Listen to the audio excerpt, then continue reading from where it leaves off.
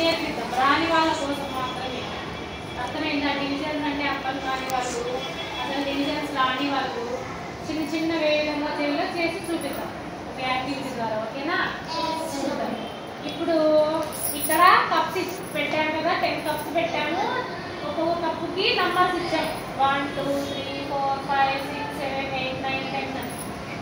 ఓకేనా? ఇప్పుడు ఒక చిన్న యాక్టివిటీ ద్వారా మనము డివిజన్ ఏ విధంగా చేయాలో చూపిస్తాం. ఇప్పుడు చాక్లెట్స్ 4 మెంబర్స్ ఫ్రెండ్స్ అని చెప్పాను కదా. ఇక్కడ 12 చాక్లెట్స్ ఉన్నాయి. 12 చాక్లెట్స్ ఉన్నాయి. 4 మెంబర్స్ ఫ్రెండ్స్ కి ఈక్వల్ గా షేర్ చేద్దామా? డివిజన్ అంటే ఏంటి? ఈక్వల్ గా షేర్ చేయడం కదా. ఇప్పుడు షేర్ చేద్దామా మనము? ఒక్కొక్కరికి ఎన్ని వస్తాయో చూద్దాం. ఫస్ట్ 4 మెంబర్స్ అన్నాం కదా, ఈ 4 మెంబర్స్ కి ఇవ్వాలా. ఓకేనా? 4 మెంబర్స్ కి ఈక్వల్ గా షేర్ చేసుకుంటూ వద్దామా? ఇంకా మిగిలినాయి కదా, నెక్స్ట్ మరీ షేర్ చేద్దామా? నెక్స్ట్ ఇంకా మిగిలినాయి కదా, మరీ షేర్ చేద్దాం. ఇంకేం మిగిలిలేదు కదా మన దగ్గర. అప్పుడు ఒక్కొక్కరికి ఎన్ని వచ్చినాయి చూద్దామా మనము?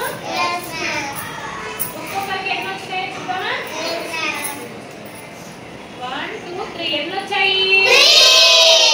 ఒక్కొక్కరికి ఎన్ని వచ్చాయి? 1 కి 3 వచ్చినాయి, 2 కి 3 వచ్చినాయి, 3. ఇప్పుడు ఇక్కడ 3 ఉన్నాయి. 3 ప్లస్ 3 ఎంత?